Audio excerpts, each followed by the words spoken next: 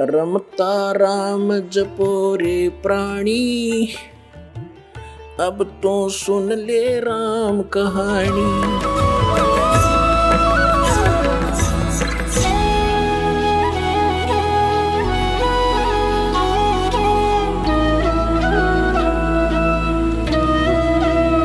पुण्यात्माओं, वेद जो है भगवान की महिमा का एथेंटिक रिकॉर्ड है।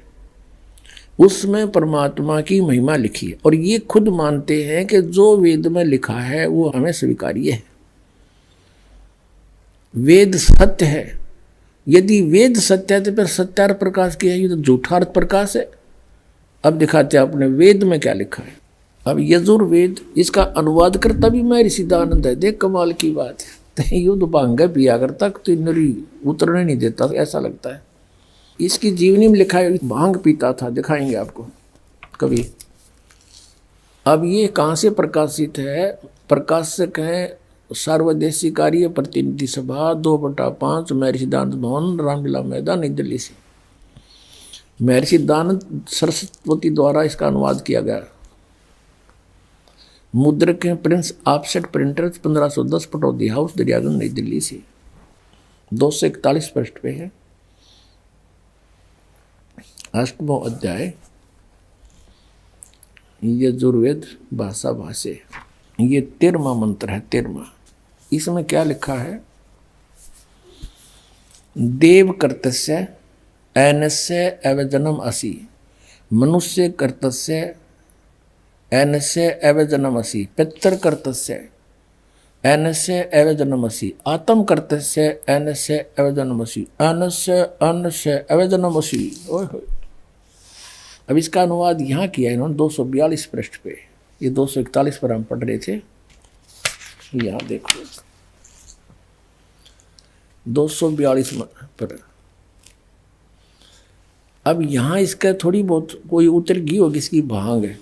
इसने फिर यहाँ उलझाने की चेष्टा की है कि हे सबके उपकार करने वाले मित्र, आप दान देने वाले के ऐनस्य माने अपराध के, ऐनस्य अवजनम माने विनाश करने वाले हो, क्षमा करने वाले हो।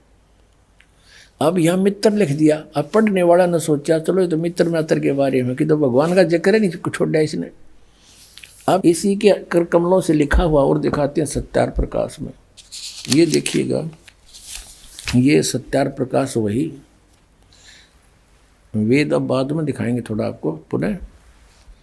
और ये कहाँ से प्रकाशित है? वैदिक यति मंडल वही है। और ये दान मठ गोहाना मार्ग से प्रिंटेड है। आचार्य प्रिंटिंग प्रेस रोहतक से। दान मठ गोहाना मार्ग रोहतक से। इसके प्रथम समोल्लास में और पृष्ठ नंबर 18 पे ये नीचे क्या कहता है कि जो सबसे स्नेह करे, सबको प्रीति करने योग्य है, वह परमेश्वर सबका सच्चा मित्र है। इससे परमेश्वर का नाम मित्र है। तो वहाँ मित्र की जगह हम परमेश्वर कहेंगे।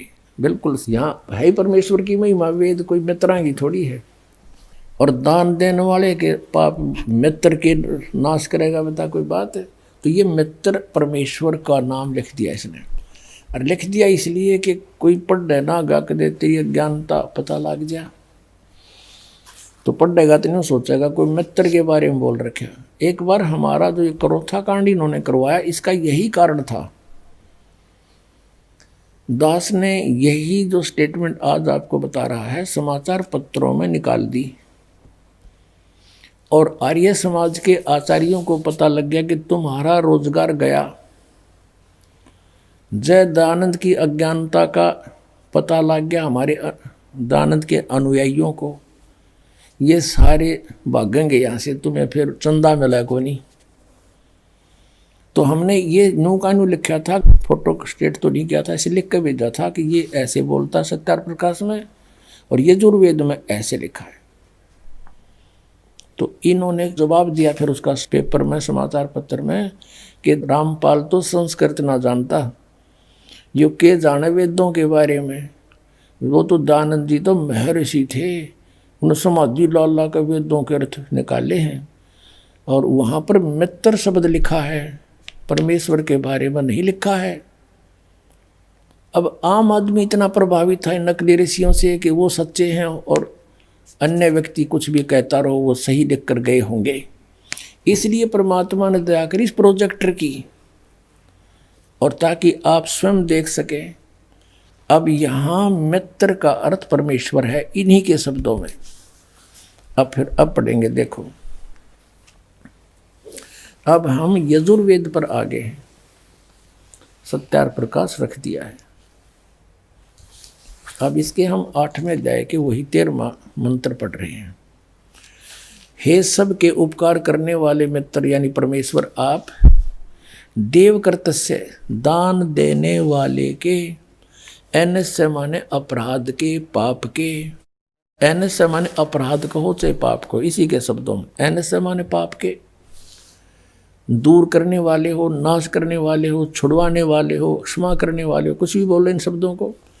एनस्य माने पाप के, एनस्य माने अपराध कहो चाहे पाप कहो, नाश करने वाले हो, दान देने वाले के, और मनुष्य कर्तस्य साधारण मनुष्य के किए हुए, एनस्य माने अपराध यानी पाप के विनाश करने वाले हो। और पितृ कर्तस्य पिता के किए हुए, एनस्य माने विरोधाचरण के, नहीं पाप के ही लिखना चाहिए इसलिए। अच्छी तरह हरने वाले हो यानी दूर करने वाले हो, अपने किए हुए पाप के दूर करने वाले हो। एनस अधर्म के अधर्म यानी पाप के पाप, घोर पाप के नाश करने हारे हो। विद्वान यानी जानता हुआ मैं जो कुछ भी अधर्म आचरण किया करता हूँ वह करूँ, अनजान में जो कुछ भी किया करता हूँ वह करूँ, उस सब एनस्य माने पाप के दूर करने वाले हो। युद्ध परमात्मा के तनु का है वेद ज्ञानदा था कि वो परम अक्षर ब्रह्म है, वो घोर पाप का भी नाश कर देता है, घोर पाप के, और जो कुछ भी करता हूँ या करूँ उसको भी पाप नाश कर देता है। और ये कहते हैं पाप नाश भगवान नहीं कर सकता। तो अब क्या सिद्ध हुआ कि वेद ज्ञान सच्चा है, इसको सभी मानते हैं, और वेदों में परमात्मा की महिमा है, परमात्मा की जो गुण लिखे हैं वेदों में, और इसके विपरीत जिसका अपना अनुभव कुछ भी है वह वेद विरुद्ध है, वो झूठा है। तो सत्यार्थ प्रकाश ये झूठार्थ प्रकाश सिद्ध हो गया, इति सिद्ध। अब पुण्यात्माओं, परमेश्वर स्वयं आते हैं यथार्थ ज्ञान देने के लिए। उस तत्व ज्ञान को, अपनी महिमा को परमात्मा स्वयं ही बताते हैं। और इस काल भगवान ने इन सब की बुद्धि अपने हाथ में ले रखी है। जैसे गीता जी अध्याय नंबर 7 के श्लोक नंबर 8, 9, 10 में कहता है ये कि अर्जुन, बुद्धिमानों की बुद्धि, बलवानों का बल मेरे हाथ में है। अब जैसे जब चाहे इनकी बुद्धि ऑफ कर दूं, जब चाहे इनकी ताकत खत्म कर दूं, जब चाहे दे दूं। जैसे श्री रामचंद्र अर्थात विष्णु जी की पत्नी सीता जी का अपहरण हो गया था, उसमें बुद्धि ऑफ कर दी काल ने श्री रामचंद्र जी की। उसको ये नहीं पता मेरी पत्नी कौन उठा ले गया। और उधर से ऊपर से पार्वती और शिव देख रहे थे। शिव जी ने प्रणाम किया, रामचंद्र जी रो रहे थे, डकरा रहे थे, वृक्षों से लिपट रहे थे। तो पार्वती ने कहा कि आप किसको प्रणाम कर रहे हो? कि सामने भगवान विष्णु को प्रणाम कर रहा हूँ। पार्वती जी ने देखा वो तो एक व्यक्ति है, रो रहा है। भगवान कभी रोते हैं? मैं नहीं मानती ये भगवान है, मैं परीक्षा लूँगी इसकी। अब कहने का भाव ये है कि वो कथा अधिक ना बढ़ाएं। पार्वती जी भगवान शिव जी से के समय तक बोली कि नहीं, सामने कहने लगी मैं नहीं परीक्षा लूँगी, लेकिन थोड़ा सा भी आंख में चुन्नी होती, वो सीता रूप बना के पहुँच गई, रामचंद्र जी के सामने खड़ी होगी। श्री रामचंद्र जी ने देखते ही बता दिया कि हे दक्ष पुत्री, यहाँ कैसे आई? भगवान शिव को कहाँ छोड़ आई? वो शर्मिंदा होगी कि ओहो सचमुच आप तो भगवान हो, आपने मुझे पहचान लिया। अब वहाँ उसने रिमोट ऑन कर दी उसकी बुद्धि काल ने, वहाँ तो उसको तो पहचान लिया कि तो सीता नहीं पार्वती है। और अपनी पत्नी का पता नहीं उसने कौन उठा ले गया। फिर उसकी खोज करी, जैसे किसी की गाय गुम हो जा, कोई इधर जा रहा है कोई उधर जा रहा है, फिर किसी ने बता दी राउंड उठा ले गया, जब जाकर वहाँ ढूंढी। जैसे अर्जुन जब श्री कृष्ण जी के पैर में विषाक्त तीर मार दिया, श्री कृष्ण जी अंतिम सांस गिने थे और पूरा यादवकुल आपस में लड़कर मर गया दुर्वासा जी के श्रापवश। श्री कृष्ण जी दुर्वासा के श्राप का भी नाश नहीं कर सका। उसमें केवल औरतें शेष रहेगी, नर यादव सभी मर गए। जो गर्भ में थे वो बच्चे तो शेष थे ही। तो श्री कृष्ण जी ने कहा कि आप सभी औरतों को वहाँ ले जाओ, यहाँ लोग नर पुरुष रहे नहीं, आसपास ये जंगली लोग इनकी बेइज्जती करेंगे। अर्जुन श्री कृष्ण जी की मृत्यु के उपरांत उनको लेकर चल पड़ा। रास्ते में बिल्लों ने पीटा, गोपियाँ ले गए, औरतों को ले गए, कुछ के गहने सारे तोड़ दे गए। और अर्जुन के हाथ में वही धनुष था जिससे महाभारत का युद्ध जीता था। वहाँ उठा भी नहीं, उससे खड़ा खड़ा पिट रहा है बिल्लों से। तब अर्जुन रो रहा है कृष्ण को कि कृष्ण बड़ा छलिया था, पता नहीं कौन से जन्म का दुश्मन था, हमारे साथ इसने छल ही छल किया। मैं मना करूँ था महाभारत में नहीं लड़ूंगा, मुझे लड़ा कर छोड़ा। अब महाभारत में मुझे शक्ति दे दी, मारूँ था 1 मरे थे 20। आज वही अर्जुन वही गांडीव धनुष, आज मैं काँप रहा हूँ खड़ा खड़ा, मुझसे उठ नहीं रहा। अब परमात्मा कहते हैं तुमने मूल का पता नहीं, विघ्न की जड़ कौन है। श्री कृष्ण छलिया नहीं था, ये तो यू काल ब्रह्म, इसके हाथ में रिमोट है सबका। तो यहाँ परमात्मा कहते हैं ये जितने भी ऋषि महर्षि वर्तमान के मंडलेश्वर पाकरे और सतलोक की महिमा गावे, इनकी बुद्धि ऑफ कर रखी सबने काल भगवान ने।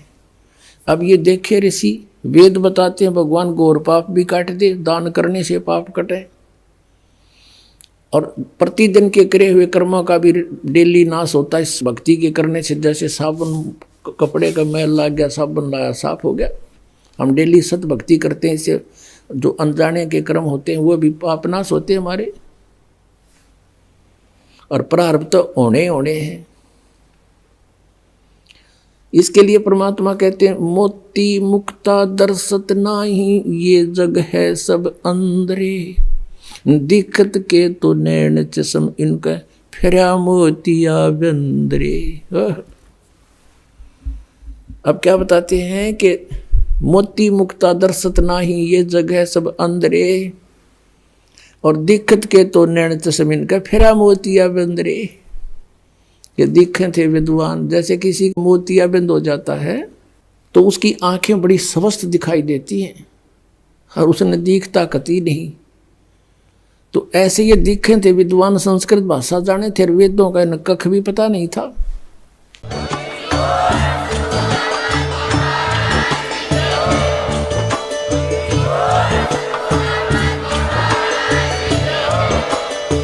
सुन रहे थे जगत गुरु तत्वदर्शी संत रामपाल जी महाराज जी के मंगल प्रवचन। अधिक जानकारी के लिए विजिट कीजिए हमारी वेबसाइट www.jagatgururampalji.org। संत रामपाल जी महाराज जी के शुभ आशीर्वाद से पूरे विश्व भर में 500 से भी ज्यादा नाम दीक्षा केंद्र हैं, जिन पर संत रामपाल जी महाराज जी द्वारा ऑनलाइन निशुल्क नाम दीक्षा दी जा रही है। अपने नजदीकी नाम दीक्षा केंद्र का पता करने के लिए संपर्क करें 8222 880541।